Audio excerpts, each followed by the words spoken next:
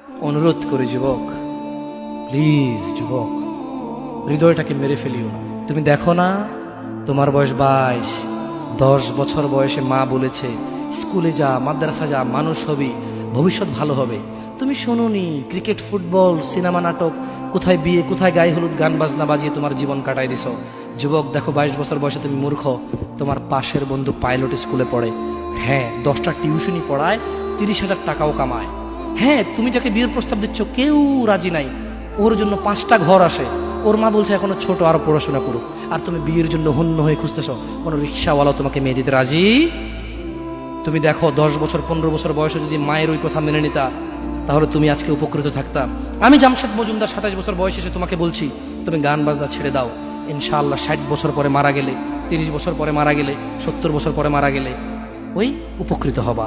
আর তা না হলে এই গান বাজনার সাথে তুমি তোমাকে ধ্বংস করে দিচ্ছ। যেদিন নিঃশ্বাস বন্ধ হয়ে যাবে সেদিন হলেও বুঝবা, বুঝতে তোমাকে হবেই। জমিনের উপরে বোঝো অথবা জমিনের নিচে বোঝো, বুঝতে তুমি হবে।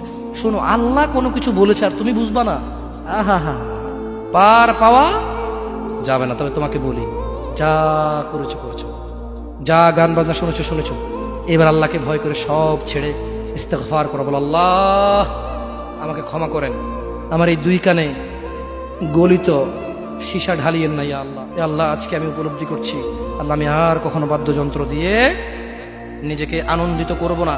এই হারাম যা আপনাকে রাগান্বিত করে, আমি আর কোনোদিন এই হারাম দিয়ে নিজেকে আনন্দিত করব না।